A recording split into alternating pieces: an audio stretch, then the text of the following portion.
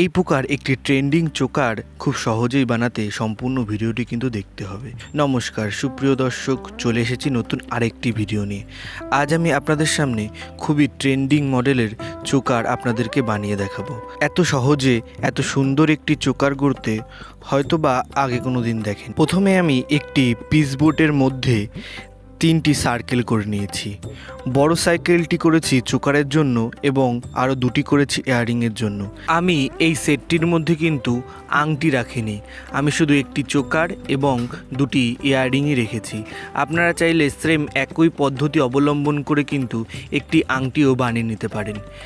আর তারপরে আমি এখানে একটি নিয়েছি কাপড়, আজরাক প্রিন্ট। আমার যতদূর সম্ভব এটাকে আজরাক প্রিন্টই বলে।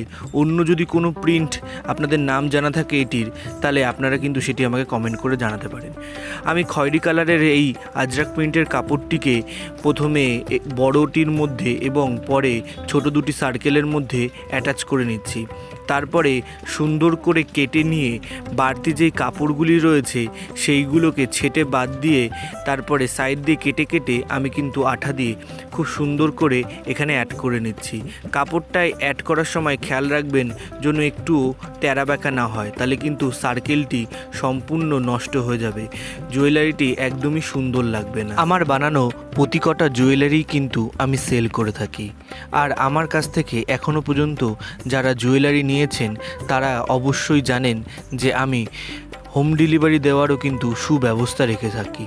বাড়িতে বসেই কিন্তু আমার এই জুয়েলারিগুলো আপনারা কালেক্ট করতেই পারেন। আর খুব ন্যায্য মূল্যে কিন্তু জুয়েলারি বানানোর সম্পূর্ণ প্রকার র মেটেরিয়ালও কিন্তু আপনারা পেয়ে যাবেন আমার কাছে। সেটি নিতে চাইলেও আমার সঙ্গে যোগাযোগ করতে পারেন ইনবক্সে।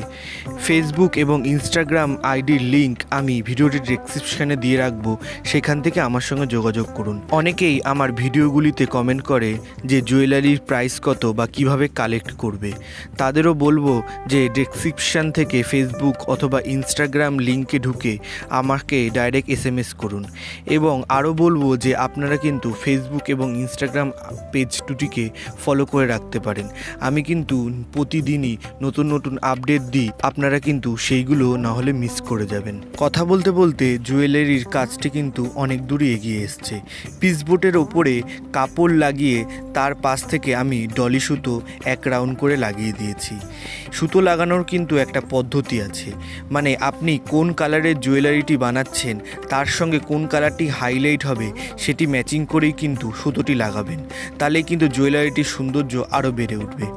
এরপরে আমি বিট 7000 আঠা দিয়ে কতগুলি ব্ল্যাক পলিশের এই ঘুঙুর আমি জুয়েলারিগুলোর মধ্যে অ্যাড করে নিয়েছি। এতে সৌন্দর্য জন্য আরও কত গুণ বেড়ে গেল। তারপরে আগে থেকেই আমি একটি কালো কালারের কাপড় কেটে রেখেছিলাম চোকারটি সাইজে, সেটিকে আমি পিছনে আটকে নিলাম। এবং কানের দুলের জন্য আমি একটু পাতলা টাইপের যে বোর্ডগুলো আছে সেইগুলোকে নিয়েছি। সেইগুলোর মধ্যে আঠা দিয়ে আমি কানের যে হুকগুলি থাকে সেইগুলি অ্যাড করে নেব। আমি এর আগে বক্রমও অ্যাড করেছিলাম, কিন্তু কালার করার পরে বক্রম থেকে কালারটি উঠে আসে, সেই জন্যই কিন্তু আমি এই পিসবোর্ডটি অ্যাপ্লাই করছি। আপনারা চাইলে একবার কিন্তু বক্রম ইউজ করেও দেখতে পারেন। আমার মনে হয় যেন এই পিসবোর্ডটি বেস্ট।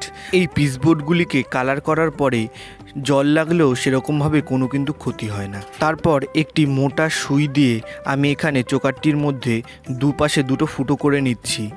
আমি জাম্পিং দিয়ে এখানে টার্সেলটি অ্যাড করছি। আমি খয়েরি কালারের একটি টার্সেল এটির সঙ্গে অ্যাড করছি, দড়ি টার্সেলগুলি।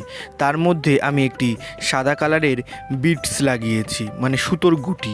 আমি কিন্তু আমার অধিকাংশ জুয়েলারির মধ্যেই সেলাই করেই টার্সেলগুলোকে অ্যাড করি, কিন্তু আমি এখানে জাম্পিং দিয়ে টার্সেলটি অ্যাড করছি জুয়েলারিটির সৌন্দর্য রাখার জন্য। মানে কিছু ক্ষেত্রে সেলাই করলে বেশি ভালো লাগে এবং কিছু ক্ষেত্রে জাম্পিং দিলে যেন বেশি ভালো লাগে, সেই জন্য এই পথটি অবলম্বন করছি।